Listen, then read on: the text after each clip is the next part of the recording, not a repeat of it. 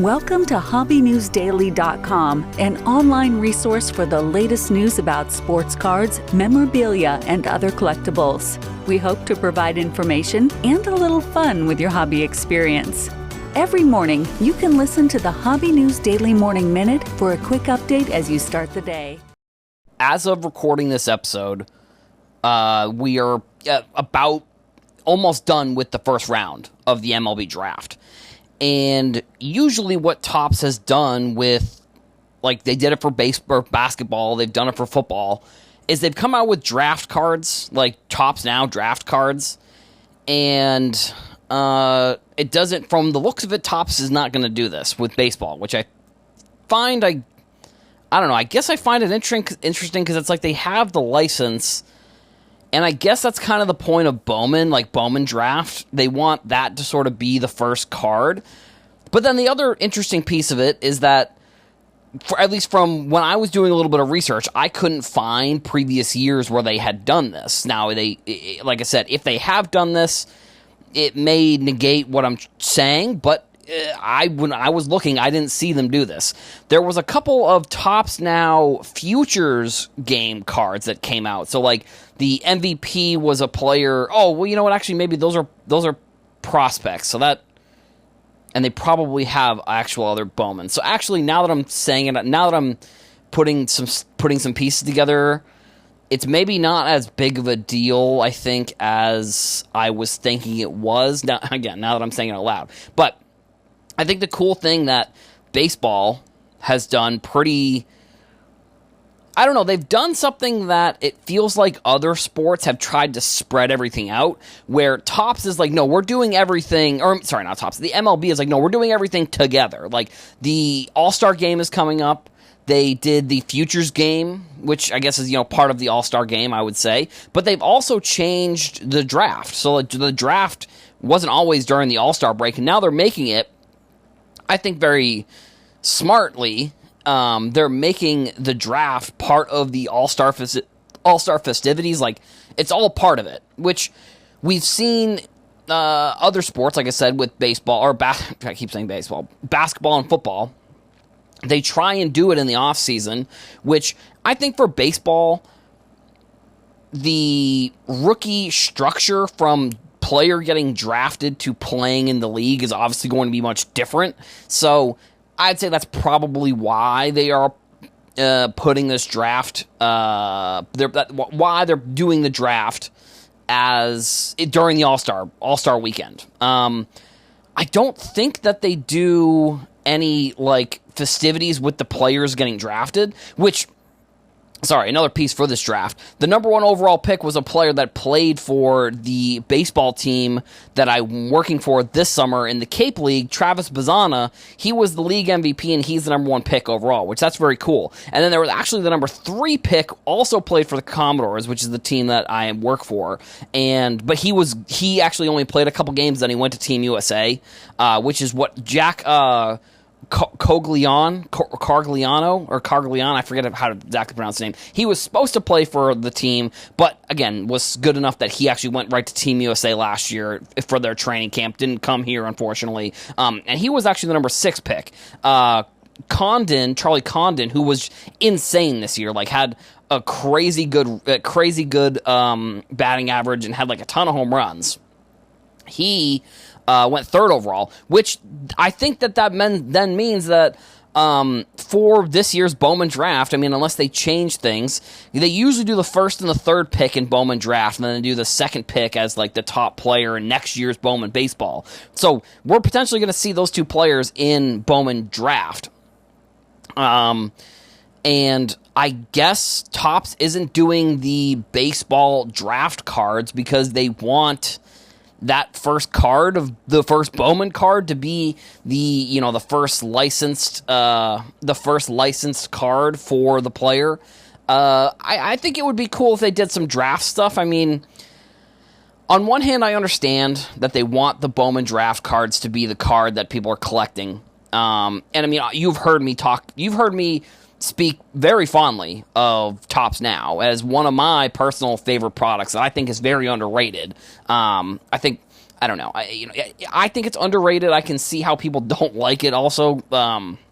But just like the number of cards is known, and I think that's actually one of the bigger reasons why I think that Topps Now is actually a pretty underrated card in the grand scheme of rookie cards in general. We obviously are past the point this year where all the new rookies, Ben Rice, for example, a Yankees rookie, he had the call-up logo on his card. He's probably going to be a big name in next year's Series 1. I mean, he's sort of had he had a couple cards that sold like pretty highly or expensively. I don't know if that's exactly how you would say it, but pretty not expensively, but they were expensive on eBay, which I don't know. I always point to random cards like that selling.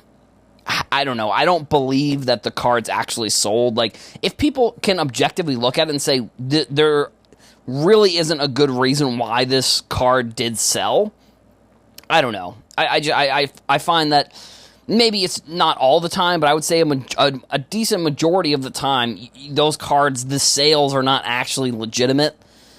Which I think is unfortunate, and I think is actually one of the, and this is a topic for another day, but I think I'll just quickly get into it.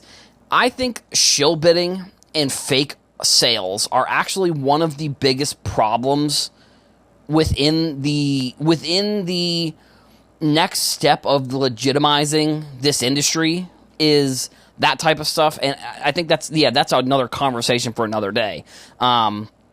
But on the Topps Now futures game card, they're really, I don't know if they're going to add like some sort of logo on there, because it wasn't a rookie card. There was no, but it also wasn't a Bowman, which like usually, like, or at least what they've done with college for football and basketball, any of the cards that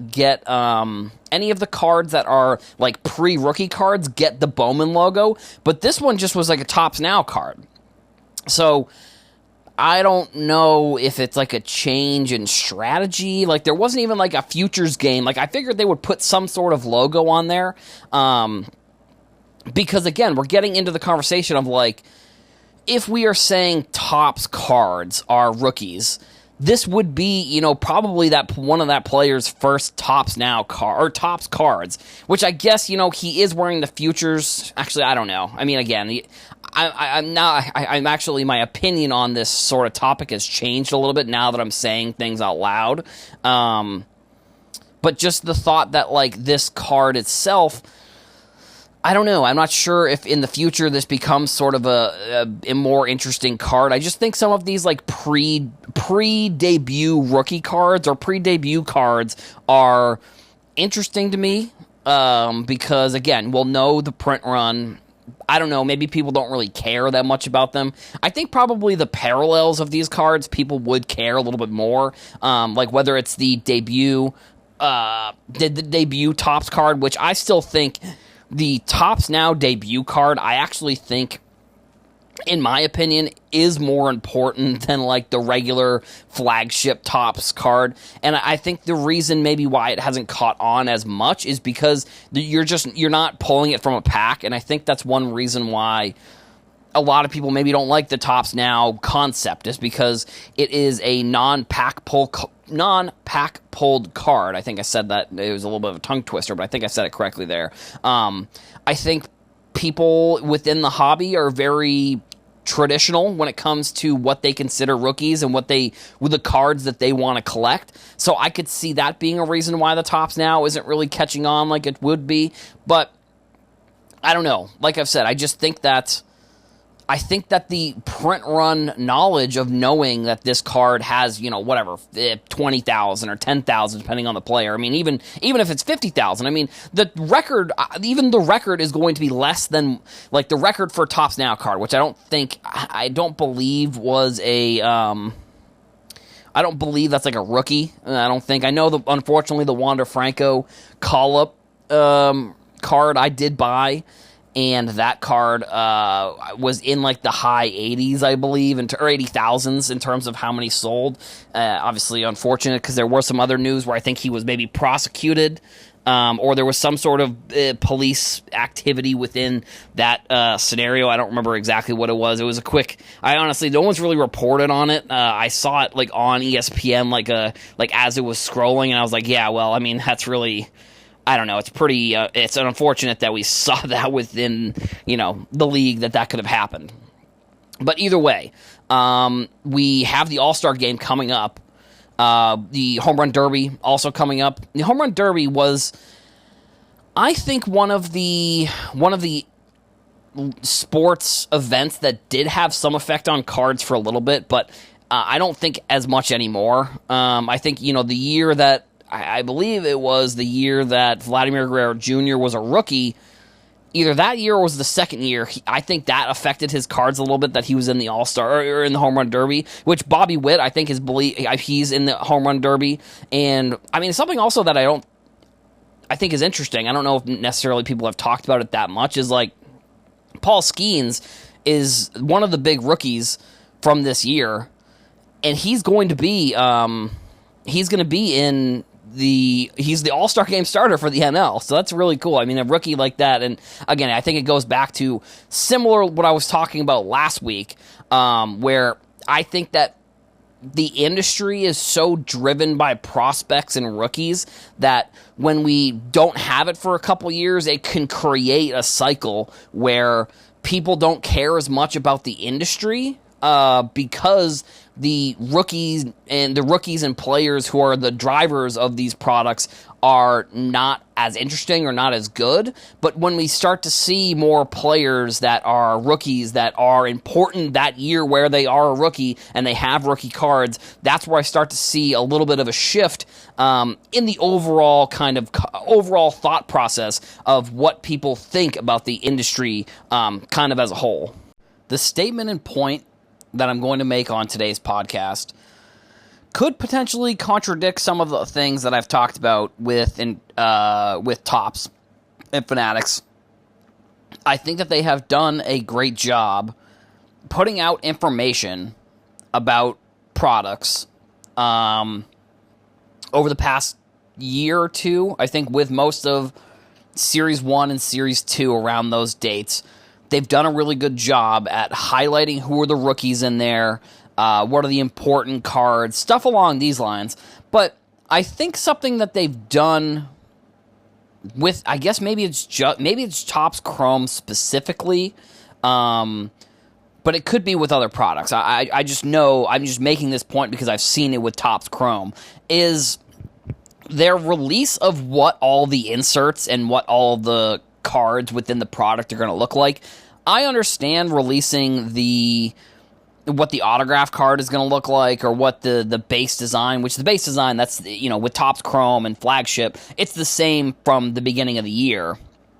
But the thing that I don't know, I kind of wish that they would stop doing is releasing the designs of some of the insert cards, because it feels like, I don't know, and this could be something that they're getting feedback on, because I just have seen them do this, and I have seen them do things and then not do things, so this could be something where maybe they haven't gotten the feedback yet that they don't like this, and I don't know, I don't necessarily know if they listen to this podcast or not. I don't think they do. I mean, I have speculated on different things that I think I've seen throughout the industry after talking about on this podcast, but I digress.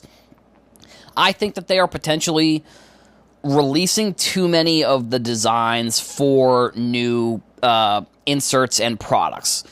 Because I think one of the things that card collectors like, and that I actually enjoy, so maybe this is something that I like and that I'm projecting a little bit, but I think it's something that is fun for content creators, and I get that that's maybe one of the things that, one of the things that content creators make content of when a product comes out is like what different cards look like. So maybe they're just jumping in and trying to take the opportunity for themselves and say, well, why are we allowing, and this is maybe a cynical view, and I don't think this is what they're doing, but maybe they're saying, why are we allowing content creators to get the engagement and likes and stuff off of certain cards when it's like we could just do that and maybe that would help us. I don't know. I don't necessarily think that they're trying to do it that way, but I do think that one thing that they did with Topps Chrome that I do like, with that release, I believe it's either today or tomorrow, the 17th, so that would be tomorrow, I think. One thing that they did do that I do like is that they have engaged, and this is maybe part of it that's almost contradictory to the point that I just made, they are engaging with content creators and giving them like the first look at what the best rookie auto is going to be. Like, you know, there was a Cubs one. I saw like Slabstocks did a Brewers one. I think I saw Mama Breaks do a Dodgers one. I saw like Steel City Collectibles do like a Pittsburgh Pirates card. So like they're engaging with a lot of the top social media influencers, content creators, or however you want to call them. I don't think the name of it, I don't think it really matters. I think if people look at when they see influencers, they see that as a negative thing. I think it's just a name. I don't really think nowadays, I think people are taking that name a little bit too literally. I think content creators is another way. Like I said, I don't think it really matters, but they are engaging with those content creators and they're giving them content to do. So maybe they're almost like, well, we'll give you these cards and then we'll come out with the other cards. For example, like there was a case hit. Like the case hits is one of the things that I've seen throughout the last couple Topps releases is they've been like coming out with what the short prints and the case hits are going to be within the product and like not allowing collectors or anybody to find what the cards are going to look like as they're opening up the product. That is something that I had done in the past with, you know, some of the content that I was creating, whether it was, you know, big autos that were being pulled or certain cards, like if it was a short print, which I don't know, that's another issue maybe that I have with Topps, the short print concept. Like I wish that they would add serial numbers to short prints, because also, I don't know, maybe I think it might be time to almost find a different name, because, like, the one thing about short prints and super short prints, it's like, there are always a ton of them. There are always a ton of them that are on eBay, like, on release day. So it's like, how many, and they keep kind of the flow of these cards keep showing up on eBay. So it's like, how, I don't know, how many of these cards are there actually? And it's obviously, you know, we'll never know the print runs of some of these products, but even the print runs of some of these short prints, because in a way, what Topps has done and what Panini has done, they've done sort of the same thing in a bit of a different way. Panini, instead of doing short prints with a ton of a limited... Topps has done, they've called them short prints, and they have created a lot of them of a specific individual player or card, where Panini has done short prints, but they'll come out with a bunch of different variations of the same card. I think that's kind of, that's the point I'm trying to make here. So I think that they've done both similar things.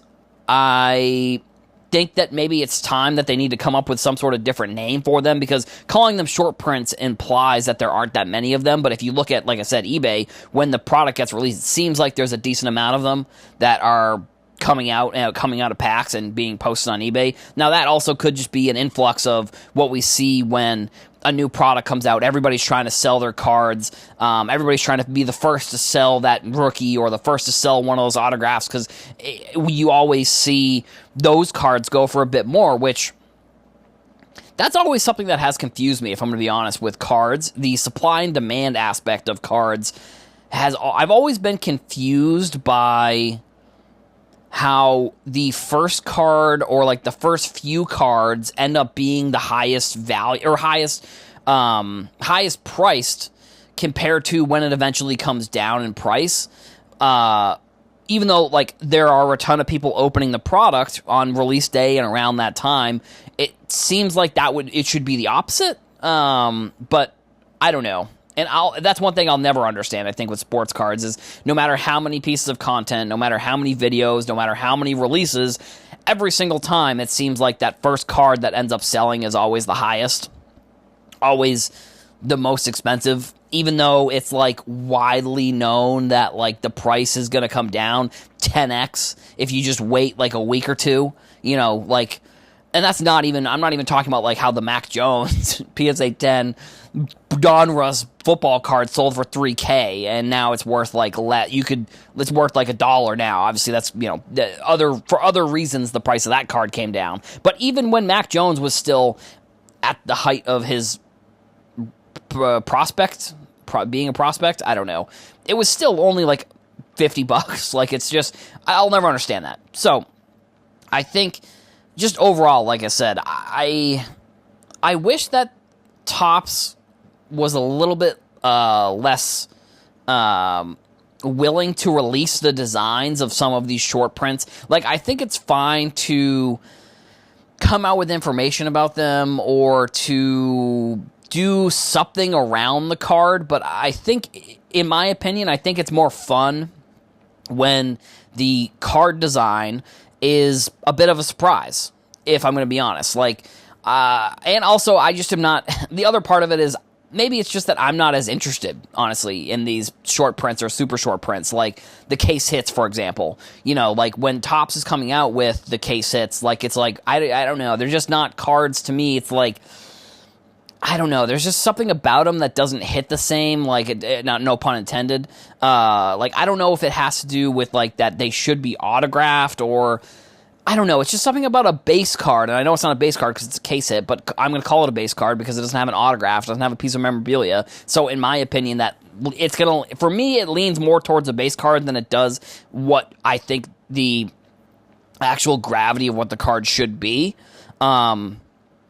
And just the fact also that, like, Topps, like, it was funny, like, it was really cool, like, the Pete Alonso year, he had a short print where he was a polar bear. Like, it was a polar bear short print that had Pete Alonso's name on it. If they had, if they had come out with that card and said, or if they had released the card beforehand, I don't think it would have been as fun or as cool to find the card or, know that they did that. Also, I think there's the mystique to the cards where it's like having less information about what the card design is or anything along those lines, I think adds more value than I think it does for them to release what the design or the concept on social media. This is one of my favorite times of the year, I think, because what happens around the National is, I don't want to, I think it's one of the best times of the year for sports card news people, I don't know, but I think the news that comes out around when the National is going on, I would say is probably some of the best times of the year for sports card news, because we have the National, where I think more news is going to come out. Like, that's what I think is some of the best times around now during the summer, because now we're done with soccer. We do have basketball coming up, but overall, this year, like I've said on other episodes, this year has been more interesting, I think, from a sports perspective than other years, because other years it's just baseball. And I think I think this is like it's sort of a meme, I think, is if you look at the sports calendar, you can make a bet. I think it's a bar bet. That's what I saw before it was a meme for me, was you look at the Oh no, here's what it is. You bet somebody that you're at a bar with. You say, I bet you that you don't know the one day of the year, or it's like I guess maybe it's 2 days of the year where there's no professional sports on. Now, obviously, we just had like a bunch of soccer tournaments, and now we have the Olympics after this. But there is 1 to 2 days a year, every year, where there is there's nothing going on. There's no sports. There's nothing. No professional sports here in America. Maybe other sports, other countries. There are other leagues going on, but in America, if you want to bet with someone, if you want to bet with someone that you're at a bar with or whatever, you say there is only 2 days a year where there is not one of the major four professional sports going on. It is it's the All-Star Game day, or it's the Home Run Derby. Either one of those days, I think either one of those days is an acceptable answer for that. So if you hypothetically, if you're looking for a bet that you could probably win pretty handily, it's gonna be like, what day in America is there none of the professional sports playing? Because there's holidays and stuff. So, but that's what people end up. I guess that's what people end up choosing first, I guess. But I think I talked about this on, maybe it was Hobby Hotline. It's overall, it's just, we have Paul Skeens. One of the first years that we've had a big rookie within baseball, being a very important part of what's going on within that sport now, because of the All-Star Game. Now, if you go back, I did talk about how I don't know if the All-Star Game, I don't know if the Home Run Derby are necessarily as important as they were. From a sports card perspective, I think in other years when there isn't other big sports going on, because we did just have the Copa America final, which Argentina and Messi winning is not super surprising. I guess if you're here in the United States, you would have hoped the USA could have made it farther, but I don't know. That's I think a different conversation for another day, because the USA soccer losing in the Copa America, not making it to the group stage. I don't know. I think we have gotten to a point within that sport that the pettiness of the sport is as petty as it is everywhere else in the sport. So I guess you would hope that would be the case. The coach got fired after the USA didn't make it very far in the Copa. I don't want to sit here and be like, oh, I'm so glad that he's gone.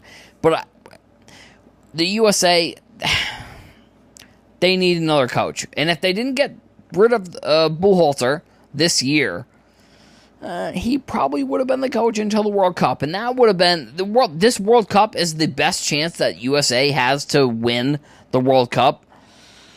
I don't want to say ever, but they have, this is the first time in the Copa America, one of the games, it was the first time that a club, or for a first time that an American club had a starting lineup where all of the people who were everyone in the starting lineup was starting somewhere overseas in one of the top 5 leagues. That had been the first time that had ever happened.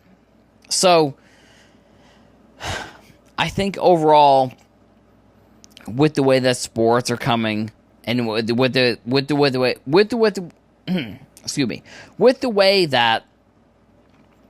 we're getting close to the National, I think it is going to be good for everyone who is going to the National to get ready for it. Maybe that seems fairly obvious. The National, we're around that time period. So what you're going to see over the next few weeks is going to be some of, in my opinion, the best news we're going to see for sports cards. Because although, the way that I explain the National is that it is the Super Bowl of sports cards. It's the Super Bowl of, like, this time of the year. And I think other people, I think a lot of other companies also think that way. So, we're going to see, I think some of the best news is going to come out around this time. So, I'll wrap things up here by just saying, like, the best times in sports card news, companies will come out around this time period, going into the National. I think that's why we've seen some of these big news stories come out around, end of July. That's there's not much other news going on, but, like, these companies can come out with their big news pieces around the National, because it's like that's just where a lot of people that's just where a lot of companies keep a lot of their news to this time period. So over the next few days, maybe even till the National, we're going to see big piece of news come out. So over the next few days, I'll cover that. But for right now, I just want to, like, get people ready, because it's going to be some of the best news of the year. So just get excited, because that's just realistically what it is. In the past few days, which we knew this was going to happen, we knew this was coming because they announced it, the PWCC brand has officially been retired. I think that is a good thing on one hand, because I think that with PWCC's kind of, like, sketchy history, they have still been able to build such a large platform with such a big customer base that, I don't know, I guess it's going to be interesting 10, 15 years from now to look back and say, like, because I'll also 10, 15 years from now, who knows what the industry is going to look like, but I think it'll be interesting to look back and how people are going to view. So it's Fanatics Collectibles now, officially. Like, they changed over the Twitter account. All of the social medias and stuff have all been switched from, which I think it was still PWCC Marketplace, even though it was Fanatics Collectibles, like, the branding of everything. But the @ was still PWCC Marketplace, which I'm not 100% sure why they didn't launch everything all together. Maybe it was strategic, and they were trying to be in the news cycle, so they sort of launched everything periodically, or maybe potentially they were doing some planning, or they were trying to do, like, a soft launch until they got to the full launch. But so Fanatics is now, Fanatics Collectibles technically is what PWCC was. So, and I mean, like I said, PWCC has not had necessarily the best past. Like, eBay kicked them off because they were going to start their own marketplace, which they said it was because there was shill bidding stuff going on, but it's like there's other... eBay doesn't really care about that, if I'm going to be honest. And I think I've talked about that on numerous different episodes. Like, eBay will come out with statements and they'll say that they're trying to protect collectors or they're trying to protect buyers on their site. But I think at the end of the day, it comes down to what's better for eBay's bottom line, and for Fanatics for PWCC at the time to say they're going to come out with their own marketplace. obviously, if you are eBay, which that means now they're a competitor, you're going to say, well, we don't want you doing business on our platform if you're building your own. Like, we're competitors now. Like, this isn't, we're not in this for neither of the, I think PWCC, I don't know. I think maybe neither company were really in it for the importance of the industry. Like, they were all just in it to try and make the most amount of money. And I think that's sort of what we see a lot of times throughout the industry. And when people kind of question certain things within it, in my opinion, that's what it leads back to most of the time. I would say, I don't know, maybe 75% of the time, 25% of the time, it may just be something that's weird going on. But 75% of the time, you can just go back and say, well, it's just because it's a money thing. So Fanatics Collectibles now has their own marketplace which this is all part of sort of their plan that I think they've laid out over the past few years. That is not super surprising. And again, I don't know. I don't know how often I should be talking about 10xing the hobby. But the interesting thing that I did see recently was somebody made a point under somebody made like a meme comment, and then somebody was like, they're not trying to 10x the hobby, they're trying to 10x their business, which I think they've done a combination of both here. I mean, obviously acquiring a marketplace is like crazy. Like, that's, for years we kind of ran on the same marketplace all the time. Like, we had eBay, and then we had like Golden, and there was Heritage, and there was a PWCC, I suppose, for a while. But we ran, and then Golden has really tried to, they've sort of shifted, I think, their strategy to, obviously they have the vault, so you can buy and sell cards there that are whatever price. Like, there isn't like a limit, or there isn't like a minimum, which in the past with Golden, there had kind of been a minimum. Like, you weren't selling $30, $40 cards on Golden. Now you can. And it was maybe similar, well, actually not really, with PWCC, because they were really on eBay. They were a consigner. And now, like I said, Fanatics, they're trying to have their hands in all different types of the business when it comes to the industry.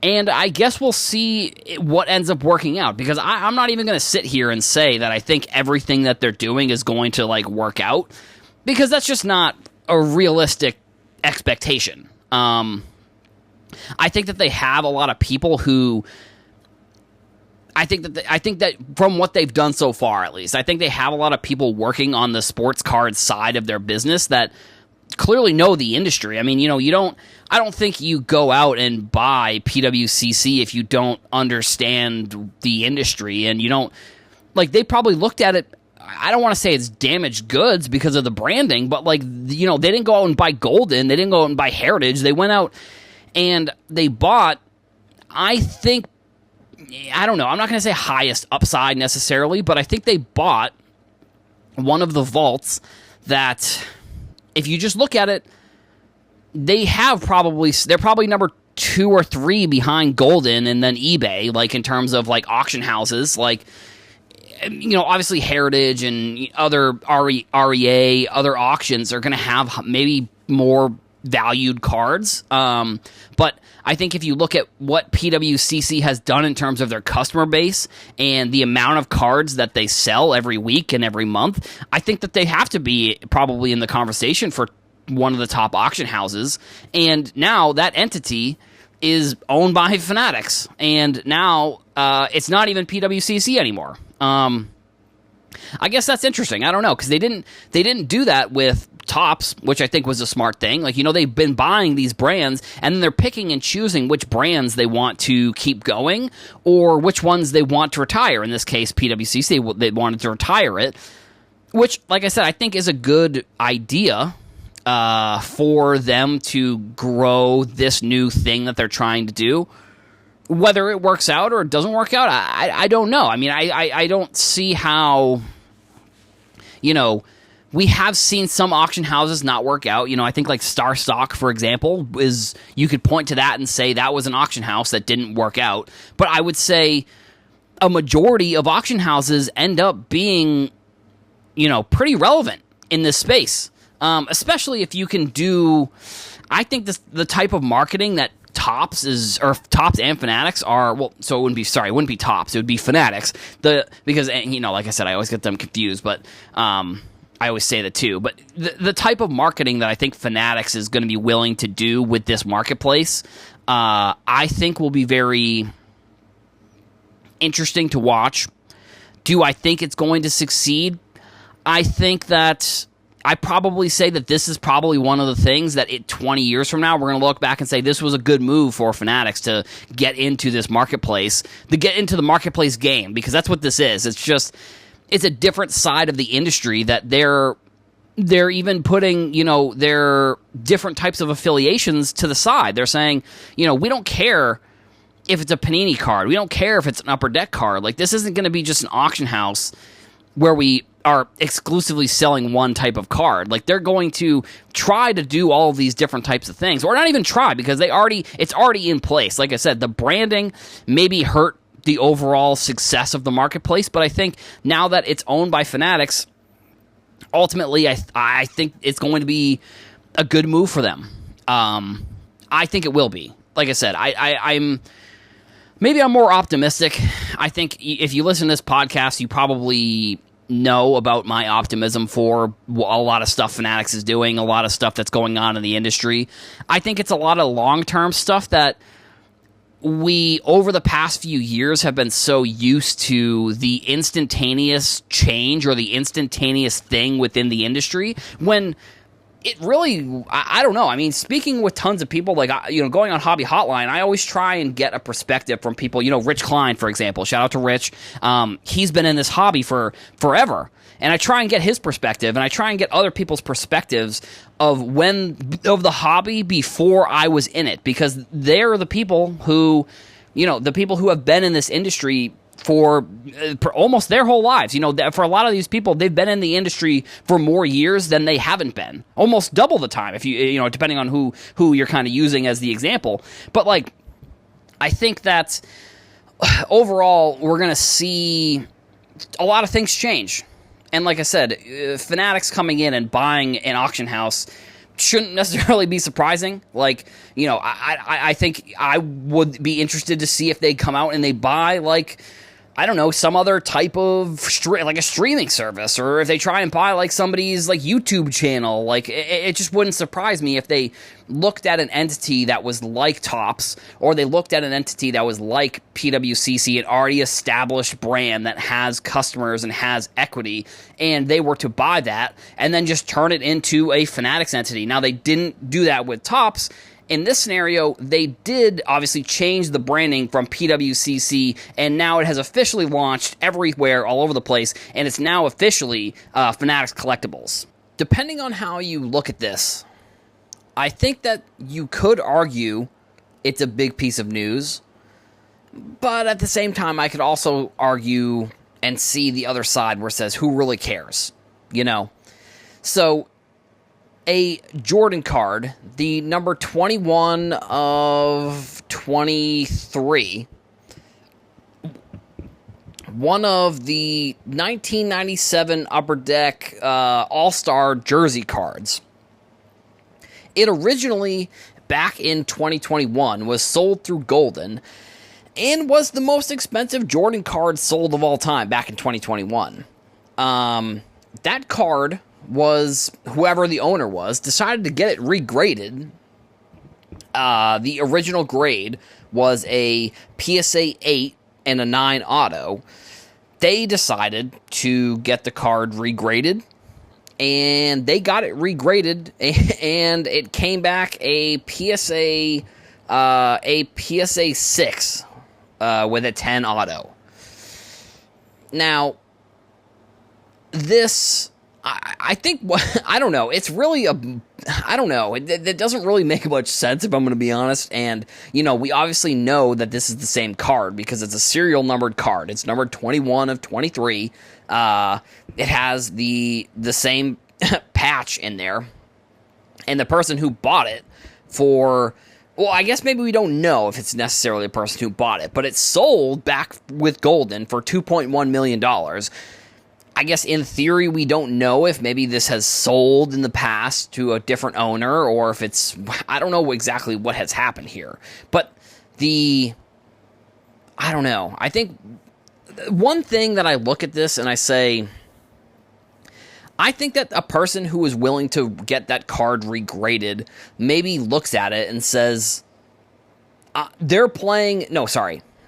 person who is bought the card for $2 million, they're looking at it and they're playing this game of sports cards. And I say the game of sports cards because I think that there are, ways where if you buy a card and get it regraded, or you buy a card and you do, whatever, you're trying to flip it or something like that, there are ways to do that without getting it regraded. But somebody who bought the card for $2 million, assuming that the person who bought the card for $2 million is the same person that got it regraded. And I think that is also a big, I don't know if it's an asterisk. I don't know if it's a big caveat to this card.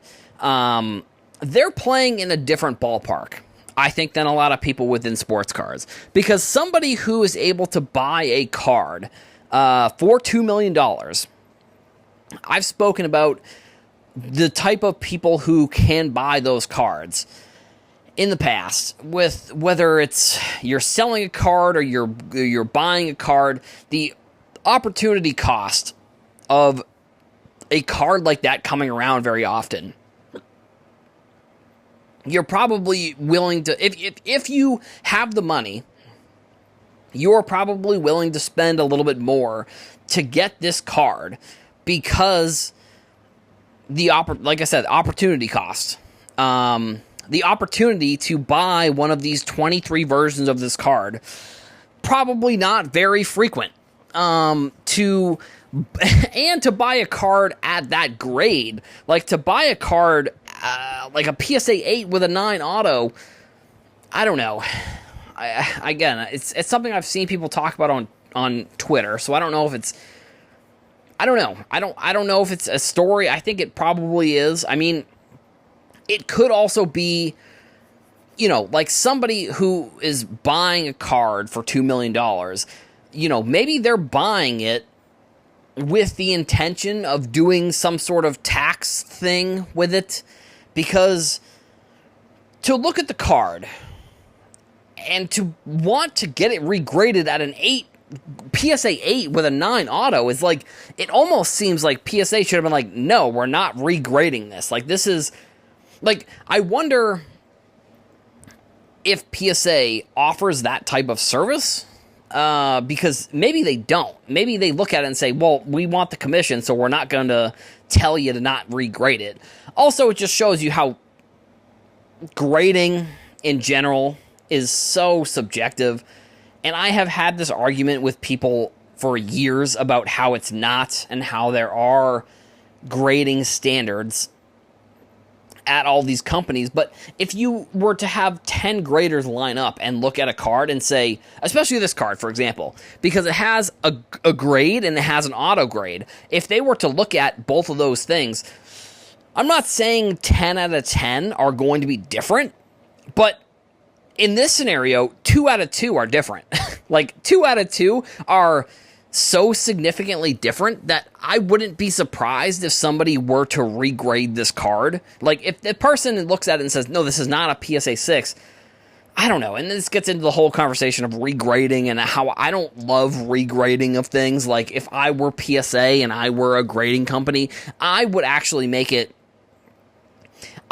put a sticker on the card and make it so it would be impossible to regrade.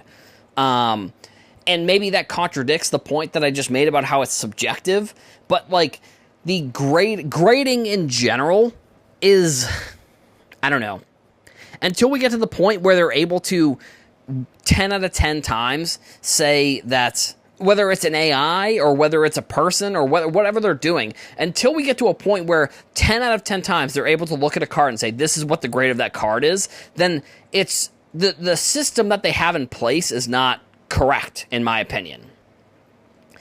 If they aren't able to, if someone, for example, grades this card a PSA 8 with a 9 auto, if this card isn't then able to be sent to 10 different people and then all of them give it the same auto and the same card grade, then the system itself just doesn't line up. Because you can get a card graded hundreds of times, like, maybe hundreds is maybe a little bit of an exaggeration, but you can get a card graded multiple different times, and it's like, which also it maybe doesn't make sense, if you are buying a card that isn't thousands of dollars, if it's like hundreds of dollars, it probably doesn't make sense, but like, this card is $2 million, so if in a year from now, this card shows up with a different grade, I wouldn't be surprised.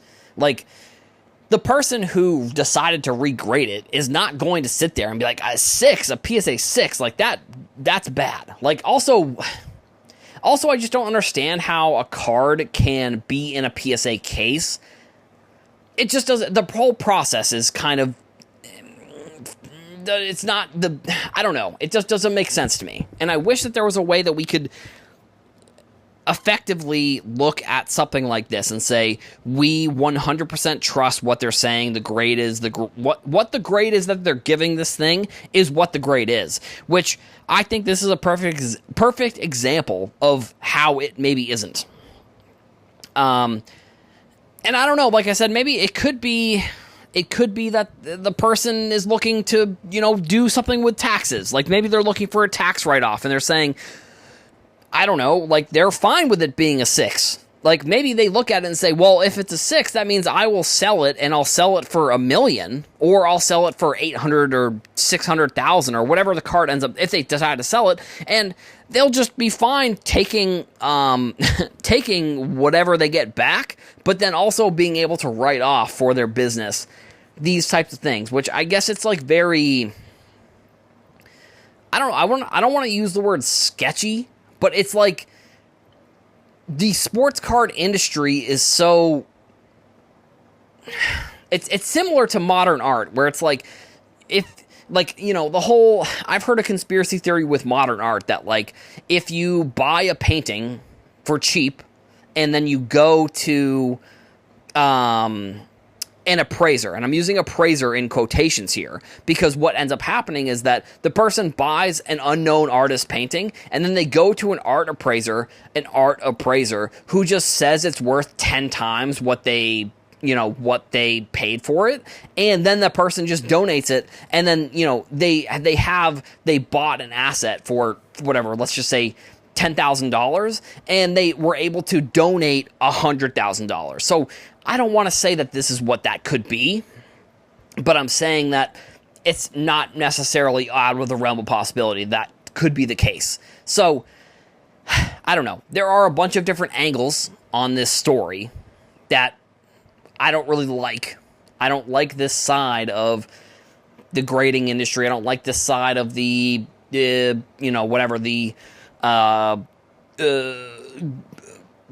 sales industry, the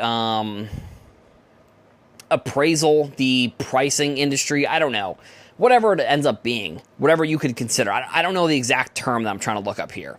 But I don't like that side of sports cards because it's just ripe for scams. Like, it's just, it's people, if that's what this could be, it's ripe for someone to step in and just say, we're going to do this thing, and we're going to, get taxes, or we're going to get money that we can say we donated. I don't know. It's just, if we had a system in place where a grader could look at a card, 10 different graders, and say it's exactly the same card, it's exactly the same auto grade, it's exactly the same grade, that would help our legitimacy in the industry. But unfortunately, right now, that's, based on this card and based on a lot of factors, that's just not what we have right now.